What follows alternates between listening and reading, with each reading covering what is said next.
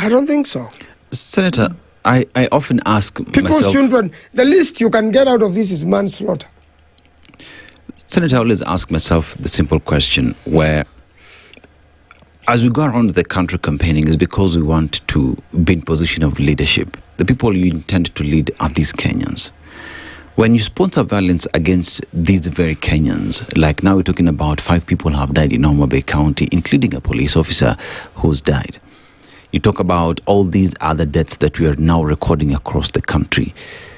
Who do you want to lead if the modus operandi is people are dying, people are maimed, people are hurting? Does it ever dawn on people that I want these people alive and healthy for them to help me push this country forward? First of all, every politician, other than quite a number who lie, want a better country for themselves. And when they go to the people, they want to promise a better country, roads, water, electricity. You saw the roads in Homa Bay. so now, and politicians keep on lying to voters, and the voters bring them, and they do nothing. And once they get power, they use the power against the voter. I want to say that it would be very unfortunate if the deaths in Homa Bay go unaddressed. Somebody woke up that morning thinking by evening they will still be alive and better. But by evening there was mourning. And soon there are going to be funerals, which probably the county government or the national government will chip in. But after that, the culprits will never be brought to book, because that is becoming like the new culture. It's becoming like normal. It's becoming like we can fight, kill people, and nobody is responsible. It is as if the constitution and the law in the country has been suspended. So I'm just saying, if the government were to be serious, charge Karuma. Let Karuma appear in a court of law. Charge him.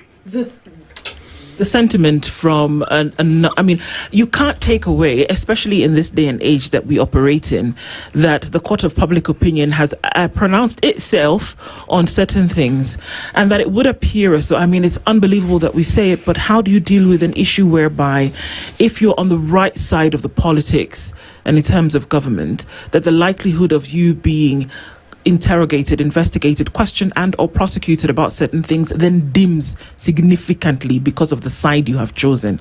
How do we operate in I want to give you an example of Babu Owino, who out of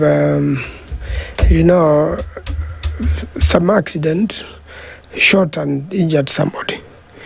He didn't need to deny, get investigated. He took it and brought reconciliation, which our law allows, and took responsibility. I believe this is the same thing Kaluma and Wanga should do. First admit, and then heal the situation. Because even the idea of prosecution is that you want the family which is offended or has been hurt to feel that something has happened. And if you have to reconcile the country and reconcile these debts, this is something you must do.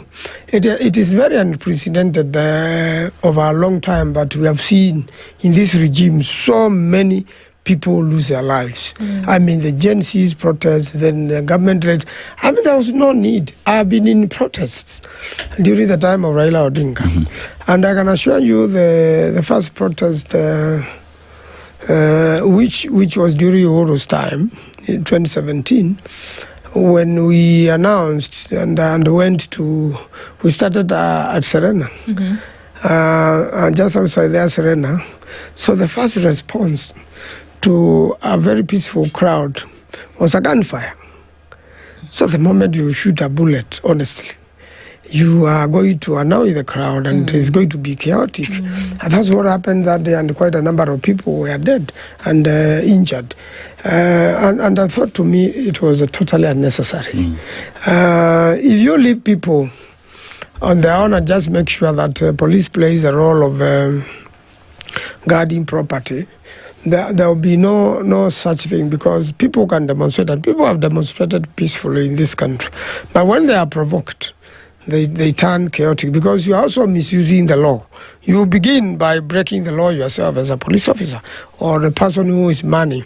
So we want a peaceful country because anybody's child or anybody's life is important, just as your life is. And you maybe enjoy state protection today.